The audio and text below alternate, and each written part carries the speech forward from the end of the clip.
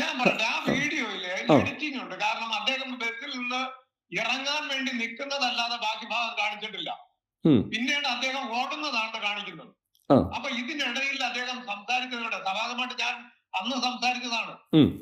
ഇന്നത്തെ കാര്യത്തിൽ അദ്ദേഹത്തെ ഞാൻ ന്യായീകരിക്കുകയല്ല ചെയ്യുന്നത്, അന്നത്തെ കാര്യത്തിലാണ് ഞാൻ ന്യായീകരിക്കുന്നത്. കാരണം വ്യക്തമായിട്ട് അതിനെക്കുറിച്ച് പഠിക്കുകയും അന്നത്തെ ഉദ്യോഗസ്ഥരുമായിട്ട് ഞാൻ സംസാരിക്കുകയൊക്കെ ചെയ്തതിന്റെ അടിസ്ഥാനത്തിലാണ് ഞാൻ ഈ സംസാരിക്കുന്നതിന്റെ കാര്യം എന്ന് പറഞ്ഞത്. അന്ന് അദ്ദേഹം ഒരു ജീൻസ് പാന്റ് ഇട്ടിരുന്നു, അടിയിൽ ബെർമുഡ ഇട്ടിരുന്നു, ബെർമുഡയും കഴിഞ്ഞ് അടിവസ്ത്രം ഇട്ടിരുന്നു. അപ്പൊ ഇങ്ങനെ ഈ 3 വസ്ത്രം കഴിഞ്ഞിട്ട് ജീൻസ് ഞാനും ഇടുന്നതാണ്. അപ്പൊ ഒരു കാരണവശാലും ഈ 2 പെൺകുട്ടികളുടെ നടുവിൽ ഇരുന്നിട്ട് സിപ്പ് ഓപ്പൺ ചെയ്ത് സ്വയം ഭോഗം ചെയ്യാൻ പറ്റില്ല എന്നുള്ള കാര്യം എല്ലാവർക്കും അറിയാം. പക്ഷെ ഇവിടെ മസ്താനി പറഞ്ഞെന്ന് പറഞ്ഞാൽ അങ്ങനെ നടന്നു. എന്നാ പിന്നെ ആ വീഡിയോയിലില്ലല്ലോ. അല്ല സാർ, അതൊരു CCTV ഫുട്ടേജ് അല്ലല്ലോ, ഒരാളുടെ കയ്യിലിരിക്കുന്ന മൊബൈൽ അല്ലേ, ചില സിറ്റുവേഷനിലായിരിക്കുമല്ലോ.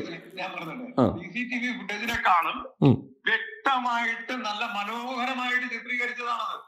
അതുകൊണ്ടാണ് അതൊരു പ്ലാനിങ് ആണ് എന്ന് ഞങ്ങൾ പറയാനുണ്ടായ കാരണം. അത്ര നല്ല ക്ലിയർ ആയിട്ട് ഇത്രയും നല്ല രീതിയിൽ ഒരു ഷോർട്ട് ഫിലിം എടുത്താൽ പോലും ഇത്രയും ക്ലിയർ വരില്ലല്ലോ. അത്ര നന്നായിട്ടല്ലേ എടുത്തിരിക്കുന്നത്.